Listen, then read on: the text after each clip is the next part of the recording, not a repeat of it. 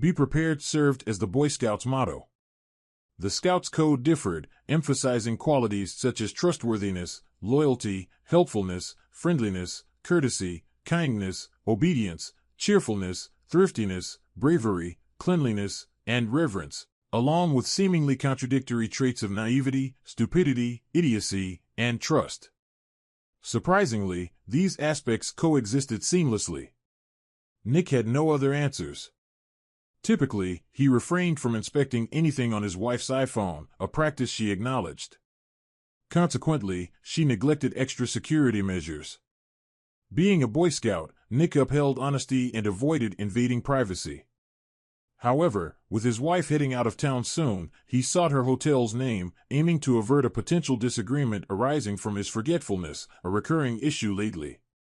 Post their wedding 5 years ago, this impending trip marked their lengthiest separation.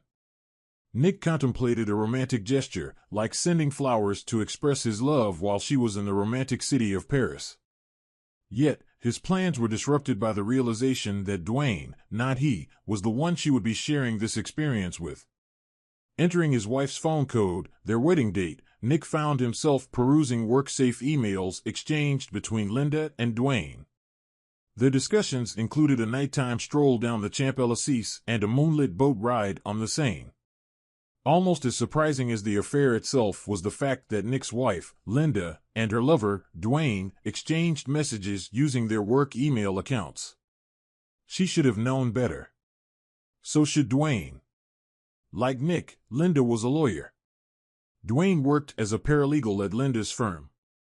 All three, Nick, Linda, and Dwayne, had experienced enough document handling and major litigation. Huge teams of lawyers and paralegals read each of the hundreds of thousands of emails received or considered as part of document discovery.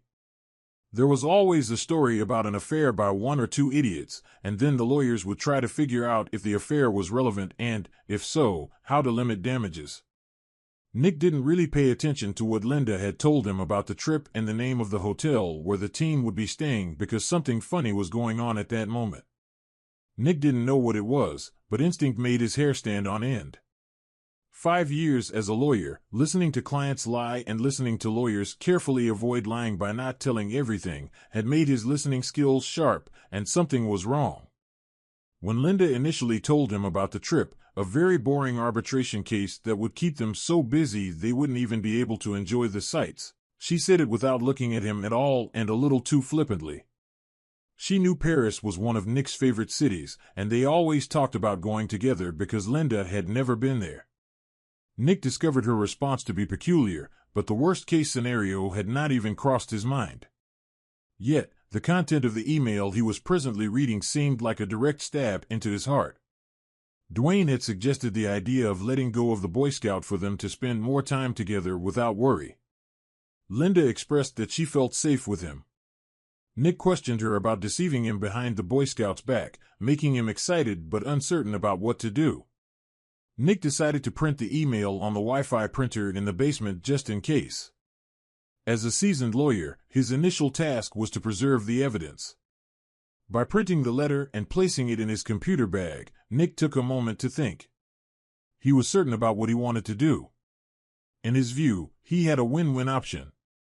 Fame, readiness to kiss her, then abruptly collide with a tree in the woods behind the house. Dwayne, on the other hand, would face less mercy before causing damage. Nick needed to think, and thinking was what defined him as a lawyer. He was paid to utilize his brain, not his muscles, and he had to think quickly because Linda had gone for a run and would return soon. Before he could delve into his thoughts, he had to complete his assignment and find a hotel. Not to send flowers. He wasn't sure why he needed that information, but he sensed the purpose. La Cliff Tour fell near the Trocadero, across the river from the Eiffel Tower, a 5-minute walk from the International Chamber of Commerce where Linda and Dwayne would be working on their arbitration case with the rest of the team during the lovers' free time between hotel rendezvous. He had to conduct a quick computer search on Virginia's divorce laws, drawing from his bar exam days 5 years ago. It was always good to check. Infidelity was grounds for divorce and could impact matters like alimony and property division. However, there were objections to the charge of infidelity, one being convenience. The defense was to discover the infidelity and then willingly resume coital relations and continue living together. Hence, he needed to leave the house promptly. Confrontation? Not yet. His plan was to unleash total shock and awe on her with no uncertainties. He aimed to dominate the battlefield, to end this marriage, even if it meant lying. It conflicted with Scout law, but this was war after all. Churchill stated, "In war, truth is so valuable that it must always be accompanied by a bodyguard of lies." Nick's lies now served a more critical purpose. None of them were under oath anyway. He went up to the bedroom, swiftly packed, and placed the suitcases by the front door. Just as he gathered the necessary paperwork, bank and credit card statements, 401k and IRA accounts, car papers, paycheck statements, mortgage statements, and Linda's latest student loan balance, she returned from her run. He heard her in the kitchen as he ascended from his basement office. Upon observing her drinking Gatorade, he decided to feign concern, appearing out of place despite her looking good with shoulder-length brown hair in a ponytail. He came to the realization that love was dead. He conveyed the news of going to Paris with a grim smile. Linda's face lost its color, and her blue eyes paled in response to his announcement. She quickly regained composure, asking if it was Paris, Virginia. Nick explained that Sven had called, informing them about testifying in his insurance case and the need to prepare a witness. He mentioned the complications arising from losing emotion to compel, causing chaos in the court schedule. Nick anticipated being on the road for a few weeks with the possibility of stopping by to do laundry from time to time. Linda, adopting a suitably concerned expression, remarked sympathetically, suggesting that maybe his firm was recruiting. Nick expressed a preference for her version of Paris. Linda, noticing worry returning to his face, then smirked, teasing him to send her a resume, hinting at the possibility of considering him for a job. It was a playful jab, considering Linda's law school ranked higher academically than Nick's. Perhaps feeling guilty, she gestured as if about to hug him, but Nick turned and headed down to his office before she could close the gap. The visions of him punching her in the face resurfaced, and he wasn't sure he could keep them under control. Rising, Linda inquired about his dinner preferences. He informed her that he couldn't stay and would grab something on the road, mentioning Sven's excitement and eagerness for him to hit the road immediately. He spoke while walking through the kitchen, and Linda followed him to the door, appearing a bit worried as he took the suitcases and headed for the exit. For a goodbye kiss, she pressed her lips together, expressing regret that she might have a cold, citing a sore throat in the afternoon. Linda followed him to the car as he loaded it up. He answered her question about his return, stating that it probably wouldn't be until Friday at the earliest. After Paris, they were heading to Roanoke, and the following week they had to go to Baltimore. Noticing a change in Linda's demeanor, he thought she might be growing more paranoid. He observed her staring off into the distance as if calculating the unexpected possibilities his absence would open up. He waved goodbye and drove away from the driveway, hoping she'd assume he was busy with work and annoyed at being called in on a Saturday. His acting skills weren't capable of much more than that right now, but he suspected she was already planning to ask Dwayne out. Nick drove until he reached the nearest shopping center with a coffee shop. Like most lawyers, he thought better on paper. Sipping his coffee, he began making a list of cases. He paused for a moment to realize that he had never once thought about reconciliation. It wasn't even an option. Retribution would be inevitable, the only question was the degree. He was interrupted by the phone ringing, and upon not recognizing the number, he impatiently answered. The caller introduced himself as Sam Granger, explaining that he obtained the number from old real estate records. Granger quickly got to the point, stating that he was in the business of buying old houses to tear them down and build McMansions. He acknowledged the general disapproval of his work, but noted that people tended to dislike him less when presented with a check. Nick didn't have much time to react, only thinking about how the house wasn't old but cozy. He wondered why Granger was talking about tearing it down.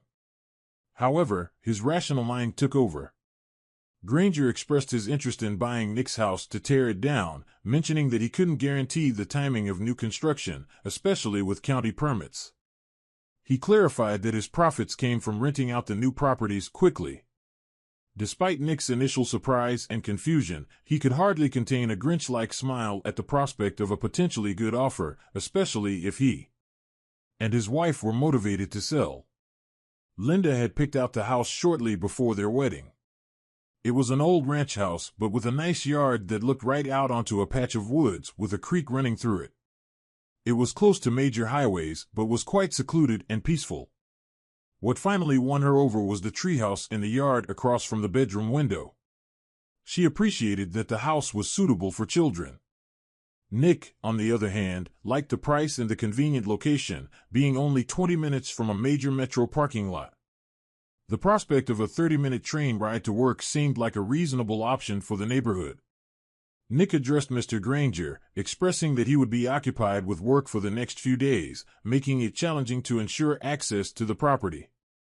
Granger insisted on being called Sam and reassured Nick that he didn't need to see the inside, emphasizing that it was a demolition job and he had already assessed it from the outside. Nick agreed to meet on Sunday morning, informing Sam that he would likely handle the deal closing himself by executing a power of attorney for his busy wife. Sam had no issue with this arrangement and offered to provide the necessary form. Nick noted the address and began outlining a plan. Reflecting on Linda's reliance on her Boy Scout, he pondered the irony that Lord Baden-Powell, the founder of the Boys Movement, had drawn inspiration from military scouts, emphasizing skills such as stealth, cunning, and self-reliance. Considering an ambush strategy, he knocked over his empty coffee cup and went to his car for privacy. Nick dialed a number on his cell phone and then another, addressing the person who answered as Frank, urgently requesting a favor, needing it immediately. Frank Berry was a private investigator. During his 5 years as a corporate lawyer, Nick made it a habit to assist poor people with their legal problems pro bono. This aligned with his ideas of public service. Additionally, he received a per-hour fee from his firm for doing so and real courtroom experience, something his day job usually didn't provide. One of his law school classmates recommended Frank to assist with a nasty divorce case in which a stepfather was totally abusing his stepdaughter. Frank's evidence allowed him to apprehend a boyfriend when the sluggish police response failed, and thanks to that evidence, the divorce case was resolved promptly. Frank listened attentively as Nick explained what he had learned. He inquired if Nick believed his wife would invite the other person into her bed that night and commented on her perceived brazenness and arrogance, highlighting her academic achievements. Frank expressed his determination to handle the situation himself and conveyed gratitude to Nick, mentioning the positive publicity the Rivera divorce case had brought him. Nick acknowledged Frank's words, expressing appreciation. He then informed Frank about a house in the backyard that might be useful for his purposes. Nick described how it opened right into the bedroom where Linda liked to practice martial arts with the curtains open. He shared that there was a way to access it by going through the woods and jumping over the creek after dark with no fences or dogs. Nick provided details about a service road on the other side where one could park, expressing his thanks. Nick suggested placing a camera outside aimed at the front of the house to monitor the comings and goings. Nick and Frank discussed using Harry for a divorce, with Nick confirming that he indeed wanted a divorce.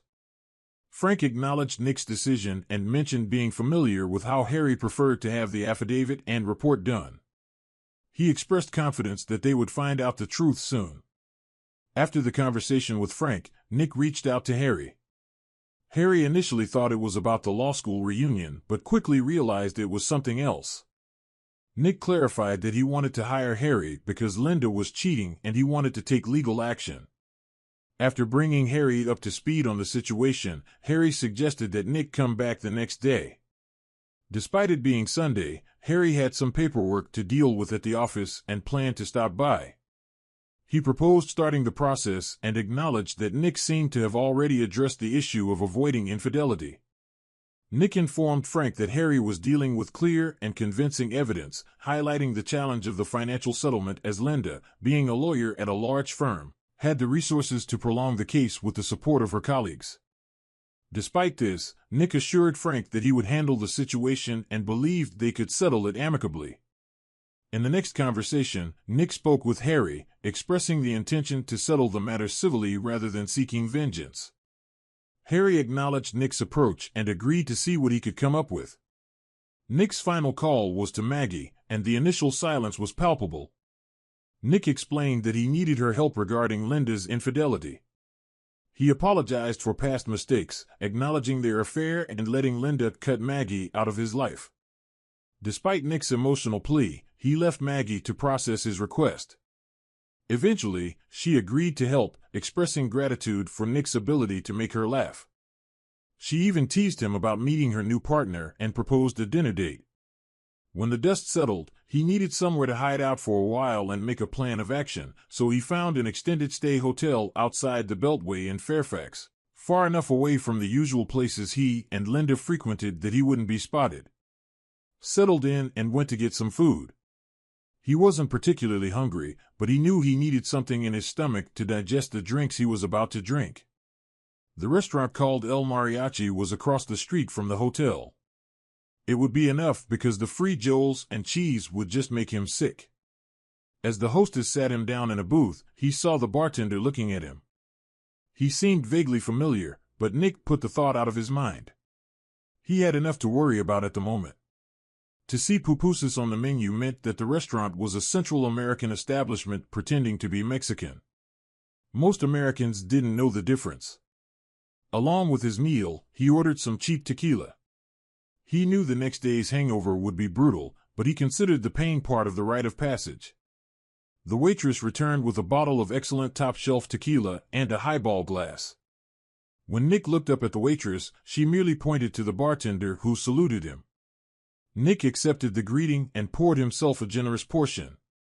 As the bartender went back to serving other customers, it took a moment, but Nick remembered who he was. He remembered that the bartender was one of the people who had attended Rivera's divorce hearings and the criminal trials Nick had attended. He always sat in the last row by himself, no one ever sat next to him. Once, his client Sonia's daughter hugged him, but when Nick asked Sonia who it was, she remained silent and said he was just a family friend. Nick ate in silence, making notes in his notebook and drinking tequila.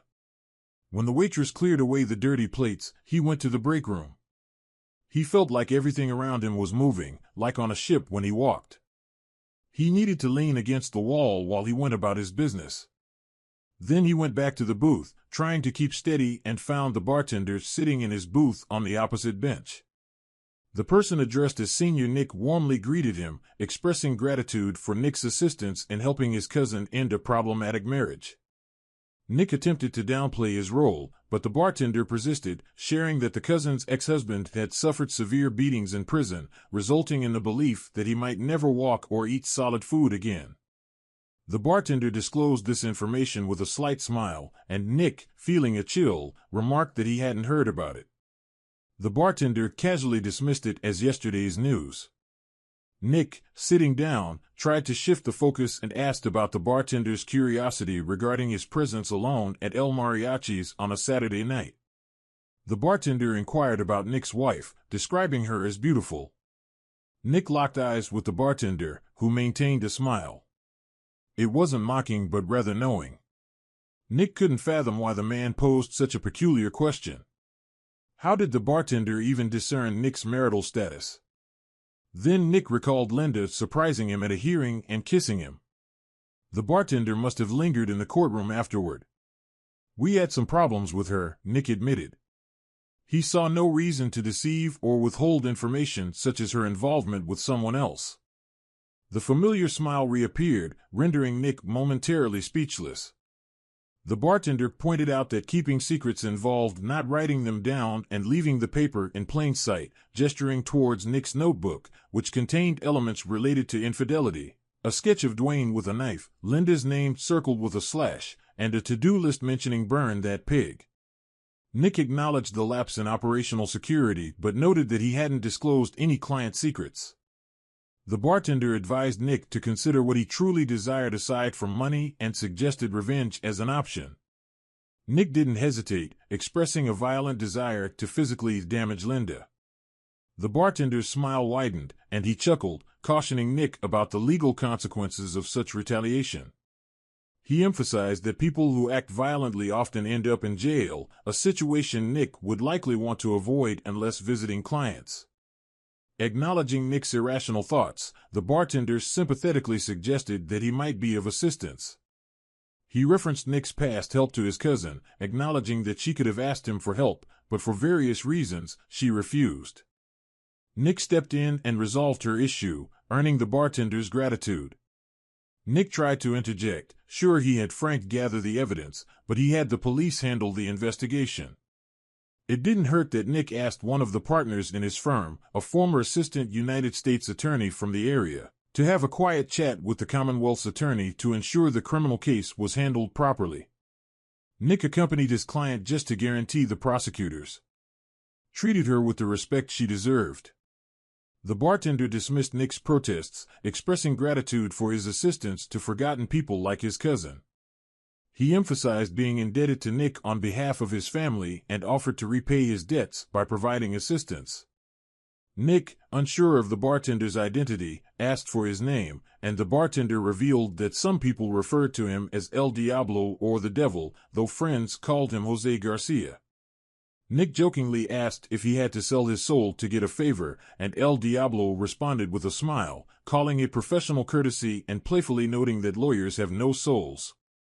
El Diablo then requested Nick's address, his wife's name, and details about her daily routine.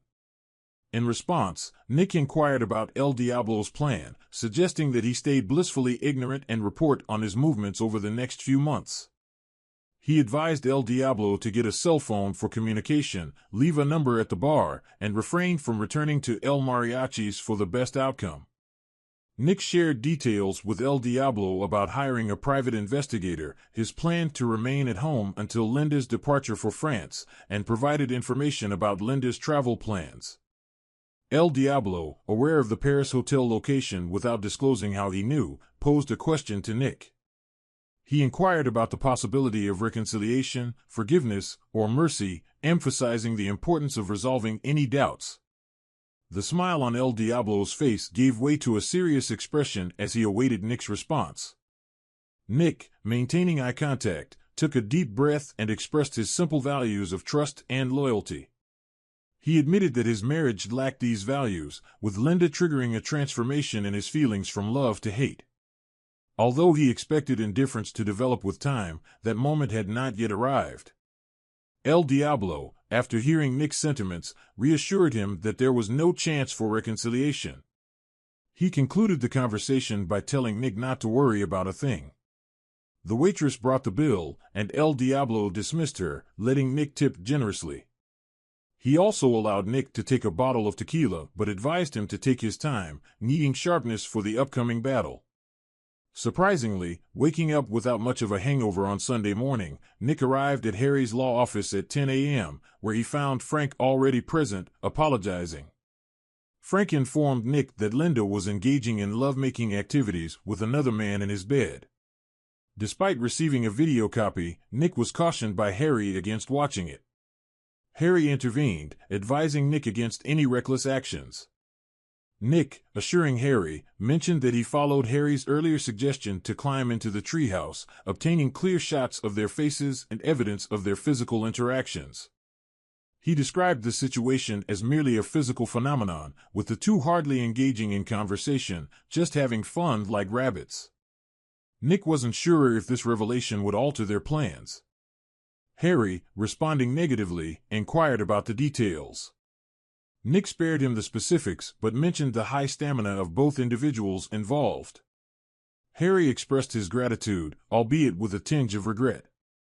Nick, in turn, apologized for sharing the information. Harry proceeded to reveal that Linda personally attended Nick's party last year, and they identified the man involved as Dwayne Martin, a colleague of hers. Although they couldn't determine the duration of their affair, they had clear and convincing evidence, including camera footage of their comings and goings. Harry assured Nick that he would email a link to the live feed on their secure server and mentioned that he would draft a report and supporting affidavit. Harry apologized once again, acknowledging Nick as a friend. After shaking hands with Harry and Nick, Frank left the office. Harry then inquired about Nick's plans, and Nick expressed the intention to file for divorce based on grounds of infidelity without directly filing against Linda.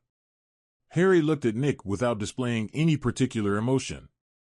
Nick assured Harry that he didn't want him to do anything reckless and believed the process would go more smoothly than expected. Harry grimaced at the suggestion. Nick continued advising Harry to file the divorce case on Monday afternoon, just before the clerk's office closed. He requested Harry to inform him of the case number, assuring that he would handle the rest. Nick reminded Harry that he didn't practice criminal law well and wouldn't be able to assist if Nick encountered legal trouble. "You will be pleasantly surprised," Nick declared as he exited. His next destination was a meeting with Sam Granger, proving highly productive. Nick discovered they could sell the house for over $100 above the mortgage without a real estate agent's commission. Linda would be delighted. Nick pledged to have the necessary paperwork ready for a swift deal closure. Exiting Sam's office, Nick checked his phone, no messages or calls. She must still be enjoying time with Dwayne. Nick took the chance to urgently request 2 weeks of vacation, or he would quit, leaving his boss Sven in a panic. Luckily, Sven granted the request, given a temporary lull in business. With the groundwork laid, Nick returned to the hotel to focus on the real work. By Monday evening, he was prepared. Throughout Sunday night and Monday, Linda left unanswered voicemails. Nick conserved his energy for Tuesday morning.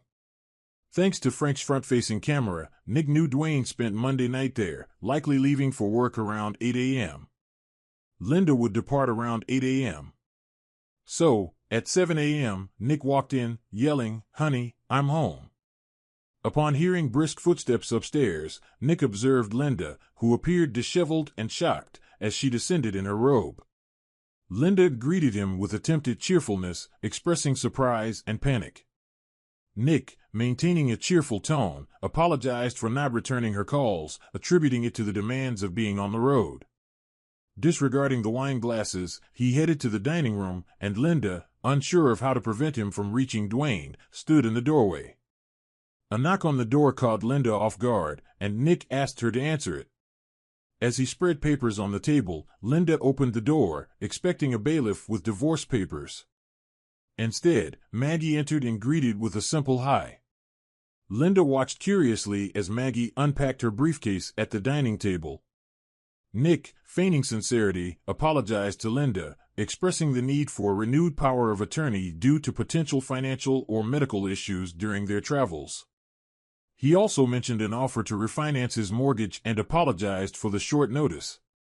Linda, after some initial tension, inquired about Maggie. Nick introduced her as Maggie, and Linda visibly relaxed. Despite having a lover hidden upstairs, she felt events weren't entirely out of control. With a smirk, Linda referred to Nick as her Boy Scout, emphasizing his readiness and claiming it was just the way she was, though her eyes remained wary. Handing Linda a pen, Nick began rearranging papers in front of her, explaining that the check marks with arrows indicated where she needed to sign. Linda, expressing trust, responded with a wide smile and promptly signed all the papers in front of her. He hoped that was the case because otherwise he wasn't going to get anywhere. But he who dares wins, as they say. While Linda signed each document, Nick organized them and handed them to Maggie, who lined them up and notarized them. "Mrs. Buford, do you have a photo ID?" asked Maggie.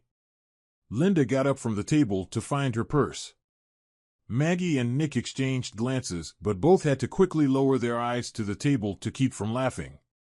Linda brought her driver's license to the table.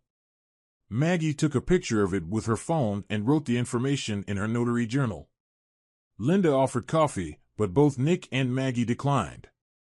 While Maggie recorded the notarized documents in her journal and Nick sorted everything into different folders, Linda looked up, expecting Nick to attempt something and calculating her next move.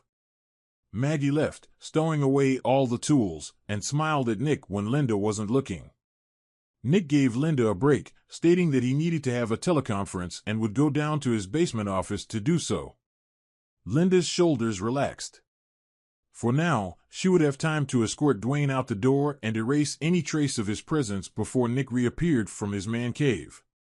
Nick went downstairs to give her the illusion that she was still fooling him. He pretended not to hear Dwayne's heavy footsteps descending the stairs or the sound of the garage door opening so Dwayne's car could pull out. But upon hearing the sound of the shower running in the master bath, Nick gathered everything he had, walked out the basement door, and left in his car without a word to his loving wife. 2 hours later, after a hearty breakfast at the diner, Nick was in Harry's office. Harry appeared shocked as Nick explained that he had managed to get the wife to sign a Form CC-1406, agreeing to the service of the divorce petition on her and waiving service of court notices and notices of any future proceedings.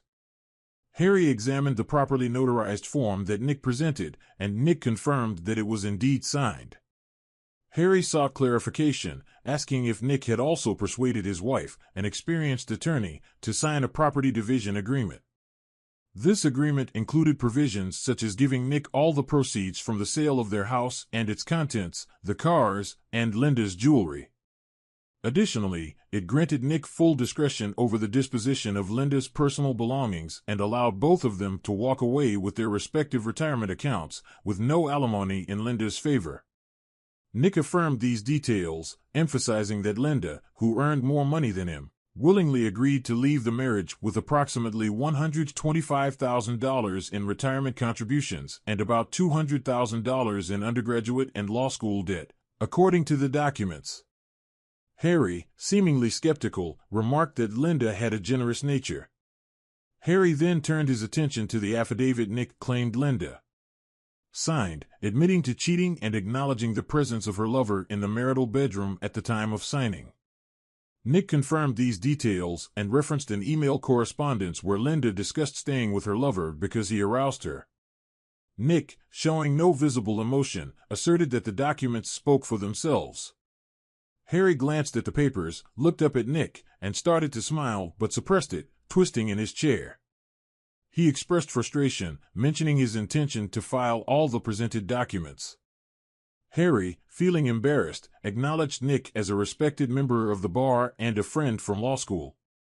He admitted being unaware that Nick was fabricating the situation and stated that everything appeared fine to him. Harry, addressing the court, suggested disbarment for Nick, emphasizing the violation of trust by his client. Nick, understanding the situation, inquired about the notary's potential role as a witness if needed. Harry confirmed that the notary could testify that Linda signed the documents and might mention seeing her scrutinize them.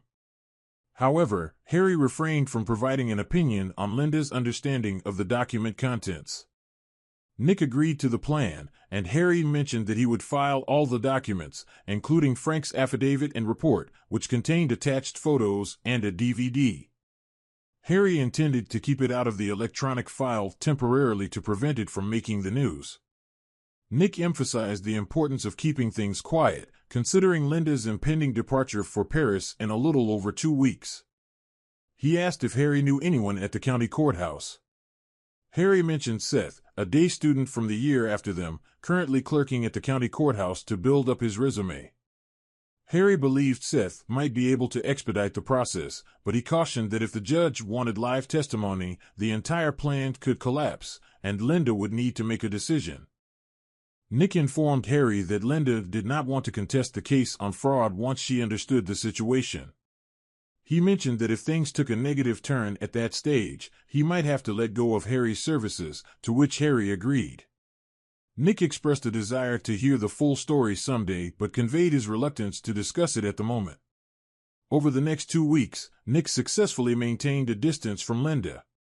He sent her text messages at off hours, letting her know how busy he was, but he answered her calls the rest of the time. Over time, she began to call less frequently. "You scared the hell out of her," Frank told him at the end of the week. "Judging from the videotape, Dwayne hasn't been in the house once since you showed up and surprised them Tuesday morning. I can't tell if they're meeting at his place during the week or having fun with each other at the office, but they're not doing it in the house. I'll tell you if anything changes." The only thing that had changed was that Nick had quietly returned to the house when he found out Linda was gone and had taken the financial papers he thought he might need. He also signed a contract to sell the house to Sam Granger. The transaction was to take place during Linda's first week in France. The rest of the time, Nick went to the gym, did some leisure reading, and pondered how he had gotten to the point where he was 30 years old with his life in such disarray. He told Sven that he needed a few more weeks off, and Sven reluctantly agreed. "She's having fun with him at the house again," Frank said Saturday, a week before Linda was scheduled to leave for Paris. "Thanks for the heads up," Nick replied. He didn't care, but he knew that once he got rid of the house, he'd rather burn the sheets than sell them. By this time, Nick had watched the video that Frank had given him. The first time, he realized his attraction. Dwayne was a couple of years younger, and as Frank's investigation had revealed, the guy was a gym rat, constantly pulling himself up in front of the mirror after weight training. Otherwise, he was unremarkable in comparison.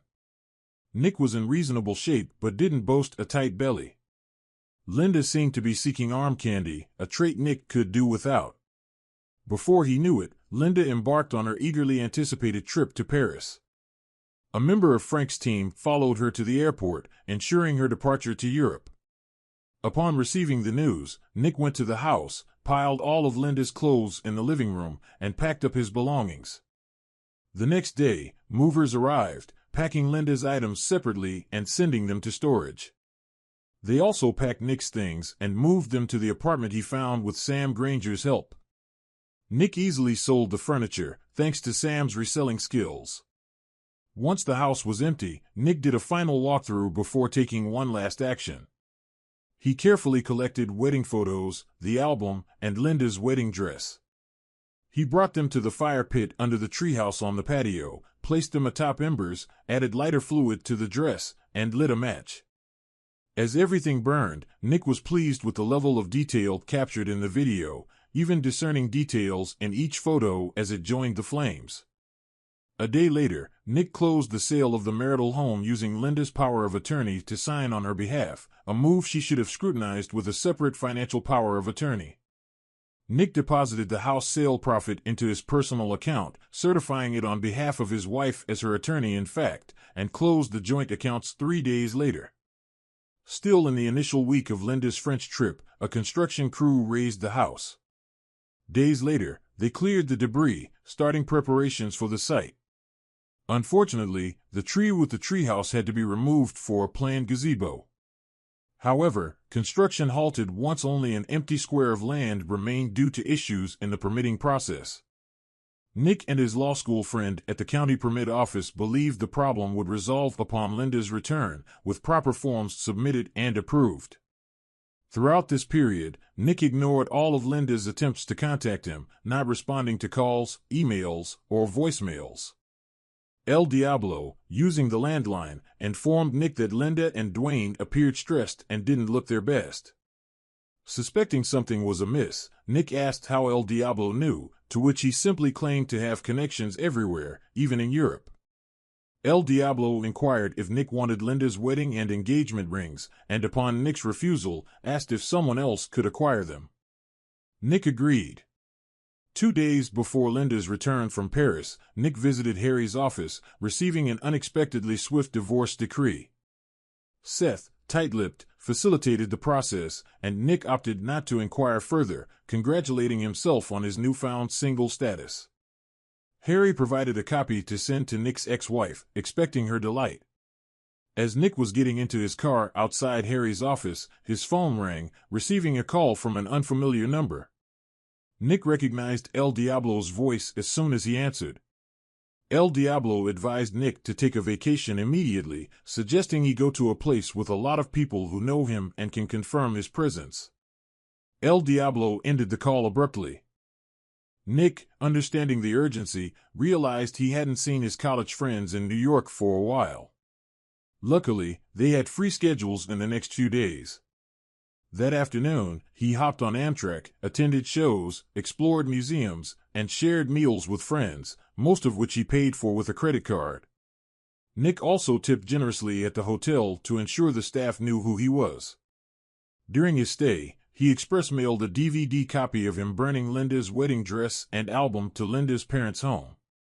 Late one Sunday night, while savoring coffee and cake at Little Italy in Manhattan, Nick received a call from his father-in-law.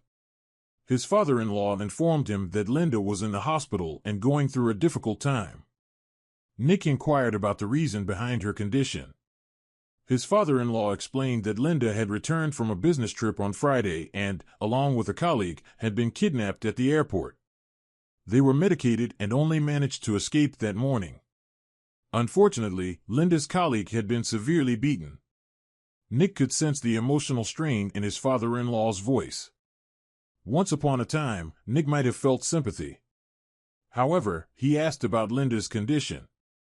The father-in-law explained that when Linda woke up, she found herself covered in tattoos with derogatory inscriptions, labeling her as a fancy woman and a trumpet. Soon after awakening and realizing this, an individual wearing a mask entered and physically assaulted her, breaking her nose and causing 2 black eyes. Nick couldn't help but be impressed by the severity of the situation. Really, it was the cherry on top of the ice cream. He would have been happy if Linda had realized that he had betrayed her in court just as she had betrayed him in marriage, but this was just a rainbow pleasure of joy. It would be worth an immortal soul if he could give it away. Expressing his condolences, Nick acknowledged that he was currently out of town and inquired about what his father-in-law would like him to do. Detecting surprise on the other end, his father-in-law emphasized that Linda was Nick's wife. Nick, without much emotion, clarified that they were divorced and the order was issued the previous week due to Linda's infidelity with the man she was traveling with. When his father-in-law seemed confused, Nick coldly mentioned having a video of the infidelity and offered to send a copy. The revelation left his father-in-law in stunned silence. Nick, displaying a lack of empathy, stated that Linda was no longer his problem, and his father-in-law would need to take care of her. His father-in-law, expressing frustration, accused Nick of causing the situation. Nick, unapologetic, explained that he had been in New York, celebrating his divorce since Wednesday. He acknowledged the father-in-law's upset state and hoped for Linda's recovery, but conveyed that they had nothing more to discuss. Nick then ended the call. It occurred to Nick at that moment that the stress of city life had been too much lately. He sent Sven an email saying that Sven and the firm could go to hell, respectfully. After all, a quick internet search revealed that there was an REI store in Soho, and Nick got himself some new hiking and camping gear. Linda had never liked camping, so this was a chance to reconnect with her scouting past. The hotel was very accommodating and agreed to leave his luggage for a while for a reasonable fee, and Nick was on his way to the Adirondack Mountains to commune with nature until things calmed down. Luckily, he had his passport with him in case he had time to travel to Canada, and it turned out he did have time. For the next 8 weeks, he kept his phone turned off. Initially, he assumed some disturbed woman had taken possession of his ex-wife's phone, given the multitude of messages, including frantic screams and cries. He listened to just a couple and deleted the rest. There were numerous crazy emails, too. Her account must have been hacked. Reading through all of this seemed impossible. He hoped the troubled woman responsible would find the help she desperately needed. After 8 weeks, Nick, Frank, and Harry gathered for a drink. Harry clarified that he had terminated their ties with the attorney right after serving Nick the divorce decree, a piece of information Nick admitted to not having checked yet. As they settled at the table, Frank described the aftermath as a serious situation, likening it to a typhoon of destruction. Harry, with a sense of dark humor, found amusement in the widespread chaos. Frank began recounting the events, detailing how Linda, accompanied by her parents, had a meltdown upon seeing the vacant lot where their house once stood. Her emotional breakdown escalated as construction workers arrived, and her tattooed face became a source of laughter among them. Despite her visible injuries and the duct tape on her broken nose, the offensive tattoos on her face, neck, and arms were prominent. Harry took over the narrative, indicating that the work on her face was particularly well done, making the text highly visible on camera. The derogatory phrases included fancy woman, puta, and explicit statements about her preferences. In the afternoon, Linda, along with a couple of lawyers from prominent firms, arrived at Frank's office without an appointment. Frank deliberately made them wait for 15 minutes, ensuring that his loaded Glock was in his desk for safety, grateful for Virginia's firearm laws. Frank eventually faced their anger, enduring discussions about emergency motions, bar complaints, and contempt proceedings. Despite the tension, Frank couldn't help but be aware of the visible ink on his face, done in red and blue for maximum visibility. When he finally shifted his attention, Frank questioned the nature of their problem and challenged them to identify any false statements in the documents. The lawyers hesitated and looked at each other. Frank then asked if the dispute revolved around Linda's infidelity, to which they all affirmed. Taking control of the situation, Frank played the videotape that had been recording while they waited. The footage clearly showed Linda engaging in love-making activities with someone other than her husband in the marital bed. The lawyers, caught off guard and seemingly unfamiliar with the case details, exchanged confused glances. Linda began shouting about not having a chance to explain, claiming that she never agreed to let Nick sell the house and accused him of burning her personal belongings, including her wedding dress, pictures, and album. Frank presented copies of powers of attorney, including one for the house sale and the property settlement agreement, which granted Nick authority over her personal items. He pointed out that Linda was fortunate to still have her clothes. When Frank questioned if she contested her signature on the documents, Linda admitted to it but insisted she hadn't agreed to the contents. Frank pressed further, asking if her defense rested on not reading what she signed and warned her about the potential consequences during cross-examination in court. Linda fell silent, and when Frank referred to the accurate affidavit she signed, admitting her lover's presence during the signing, she lost consciousness. Despite attempts to revive her, she refused to go to the hospital. Later, she complained about tattoos and her boyfriend being assaulted, to which Frank clarified that Nick was out of town and likely had no involvement. Dwayne's altercation may have been with another angered party, thinking Linda was defending him. Frank directed them to the Fairfax Police Department for criminal matters. The drama continued as they discussed filing a motion for reconsideration. Frank received an anonymous email with links to videotapes of Linda and Dwayne in Nick's bed during their escapades in front of Paris, warning of widespread distribution if she persisted. Frank informed Nick about this, stating that these were friends Nick had assisted and who pledged to protect him by activating the send button if Linda persisted. Following their departure, Frank heard nothing more from them. Nothing happened at the courthouse, and Frank suggested that they might have involved the police, who initially sought copies of the videotape and report but lost interest later. Linda and Dwayne couldn't explain the events, remembering only entering a cab at the airport, with the next memory being in the hospital. Linda woke up in a shabby hotel, endured a punch to the face, and found her way to the hospital, discovering that room charges, room service, and many bar expenses were billed to her credit card. This time, Nick disclosed that the hotel manager, along with New York police officers, had verified his stay, contacting his New York friends who affirmed his active schedule in the city. Harry shared street talk that suggested Nick's ex was hiding in her parents' basement, undergoing an expensive laser tattoo removal due to her extensive coverage. Nick expressed regret, prompting a glance from Harry and a restrained chuckle from Frank. Regarding Meat Eater, Harry reported he suffered severe injuries, anticipating substantial future physical therapy with head damage, and difficulties securing another paralegal job. Both were let go by their firm due to relationship breakdown during the trip, adversely affecting the arbitration, with missed details, unprepared exhibits, and issues with lost witness notes. The client expressed dissatisfaction, leading the firm to make sacrifices to retain the client for future work.